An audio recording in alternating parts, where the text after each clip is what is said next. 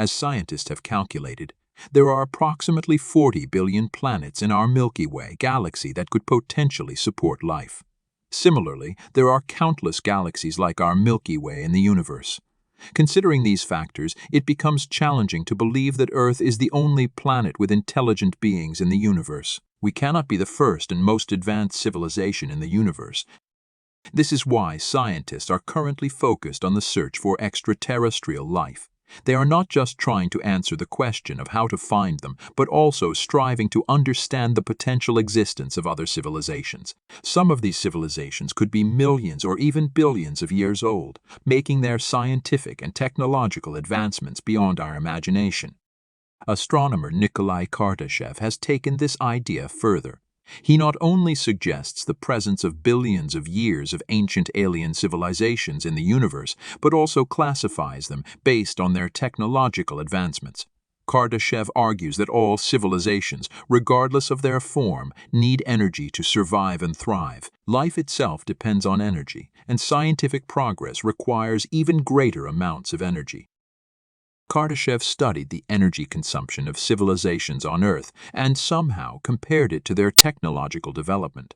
He hypothesized that civilizations would require more energy to advance technologically. Using this concept, he created a classification chart for alien civilizations known as the Kardashev scale.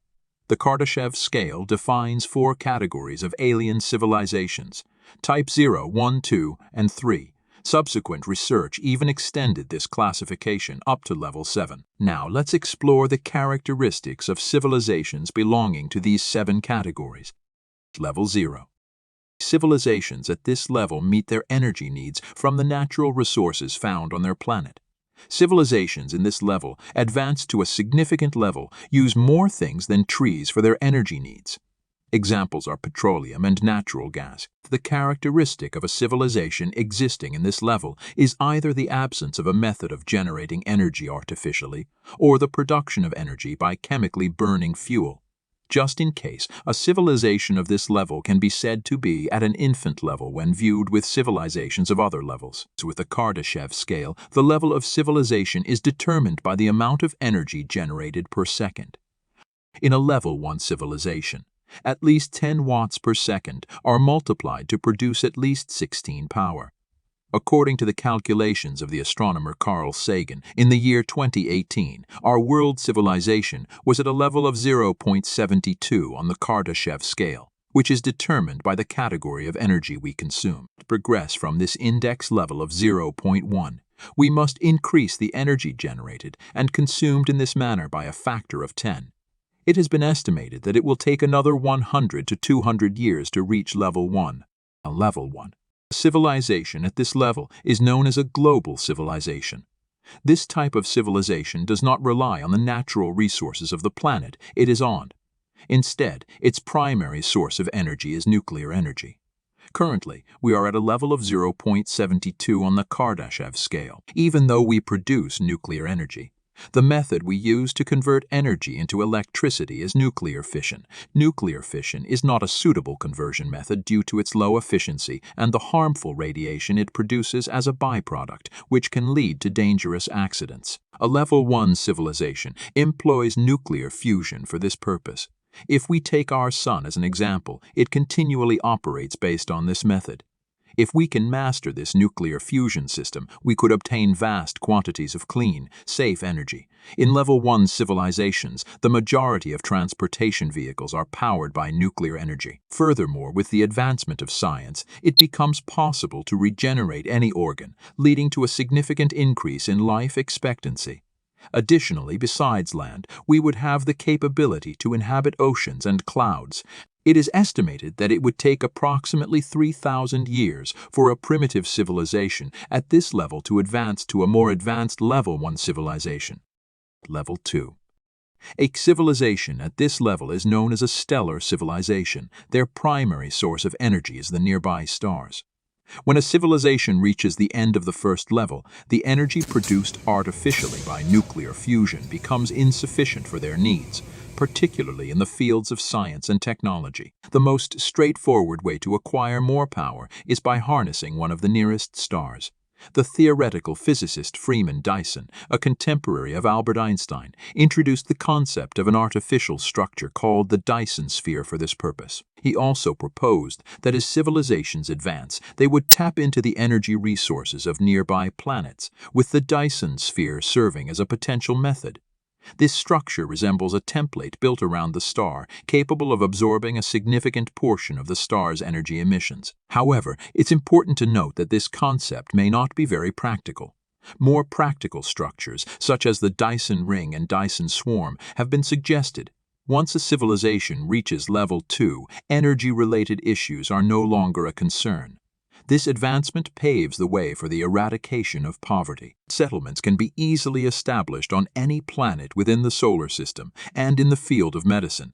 We have developed treatments that operate at the genetic level, enabling us to modify any cell in the body. It is estimated that it will take approximately 100,000 to 1 million years to reach this stage. Level 3. A civilization at this level is known as a galactic civilization, and it draws its energy using the same method as level 2 civilizations. However, they harness the power of numerous suitable stars for their needs. Level 3 civilizations are the first to employ anti-gravity devices. This anti-gravity technology isn't solely for transportation, but is also utilized on astral and planetary scales, granting them the ability to manipulate various forms of gravity. Beings in this advanced civilization employ wormholes for space compression and travel across vast distances, although they have not yet mastered the creation of wormholes themselves. Individuals at this level have extended their natural lifespan to its maximum potential, and scientific knowledge has reached its zenith. Nevertheless, one cannot achieve longevity and transcend the physical realm here, or in other civilizations, unless they develop their spiritual strength. While Kardashev believed that these civilizations represented the pinnacle of advancement, other astronomers have argued that even higher-level civilizations might exist. Level 4. A civilization of this level is referred to as a universal civilization. However, Type 3 civilizations possessed the ability to travel using wormholes in the universe, but they lacked the capability to create them. To enable easy travel across galaxies, one must have the ability to generate these wormholes. But there isn't enough energy to create such a wormhole within a single galaxy. Civilization progresses from the 3rd level to the 4th level. At this point, the energy source for Type 4 civilizations is a supernova. A supernova is the most powerful explosion that occurs at the end of a giant star's life. It results in an immediate release of energy that coalesces near the star in question.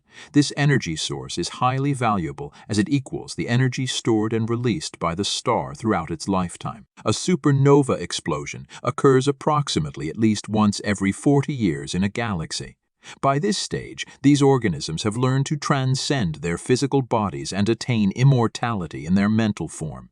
Additionally, they possess the ability to artificially create level 0 species. It's possible that the majority of living species we observe today were influenced by a Type 4 civilization, and some religions compare their gods and creators to beings of this level. However, even at this level, civilization has not reached a state where everything is achievable. They are aware that the universe harbors many secrets, including the existence of multiple universes. Level 5. A civilization at this level is often referred to as a multi-universal civilization. During this phase, the inhabitants of this civilization become aware of the existence of other universes and learn to traverse between them. Traveling to other universes requires an unimaginable amount of energy, which is why they employ a method that utilizes white holes to absorb energy.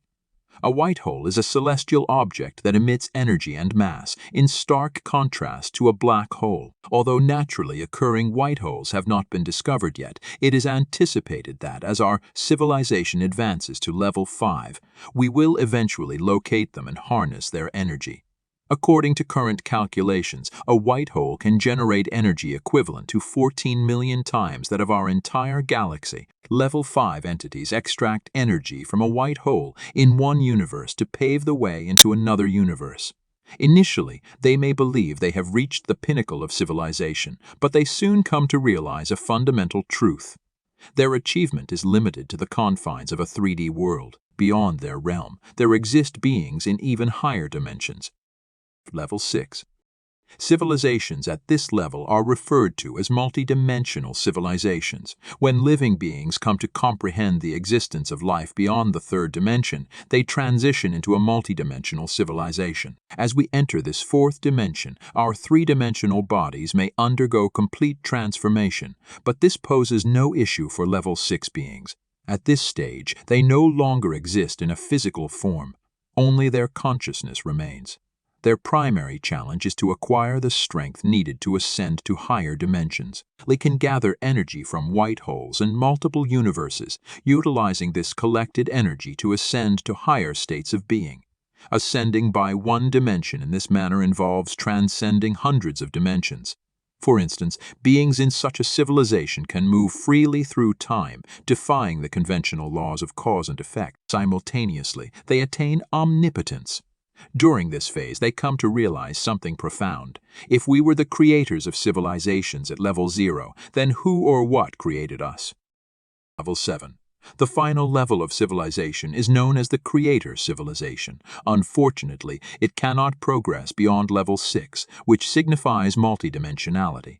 Jivans at level 6 may sense the existence of a creator civilization, but in reality, it remains unattainable for them. This creator civilization doesn't resemble a conventional civilization, God or individual entity. Instead, it represents a natural existence. At level 7, everything, matter, energy, natural laws, space, time, and dimension, is generated. Considering our current level at 0.72, comprehending this state is beyond our imagination. Attempting to conceptualize it is futile.